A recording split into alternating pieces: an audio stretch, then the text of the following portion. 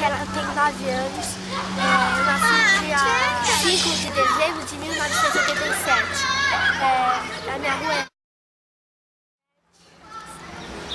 o ginásio que eu gosto é natação e pique-bandeira. Vai, Angélica. Pergunta.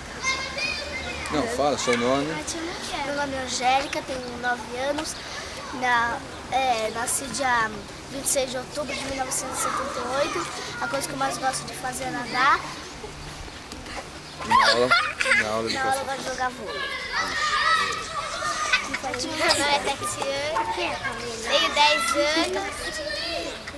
Nasci no dia 17 de novembro de 87. 87 não, 77. O que você mais gosta de esporte? De esporte é vôlei. E o que eu mais gosto de fazer é ficar com a minha cachorrinha. Eu chamo Simone, tenho 9 anos. Nasci em 78. Meu esporte predileto é vôlei.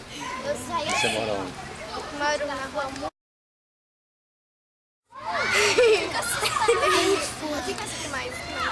Telefone.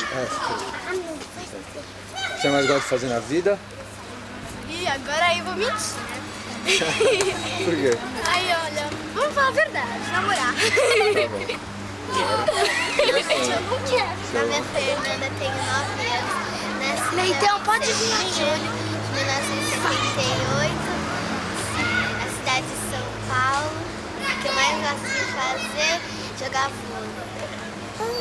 Leitão agora. Eu vou entrevistar, calma. Qual é seu nome? Ah, não, tinha um quê? Seu nome só. Só o nome, mais nada. Leila! Ih, tá bom.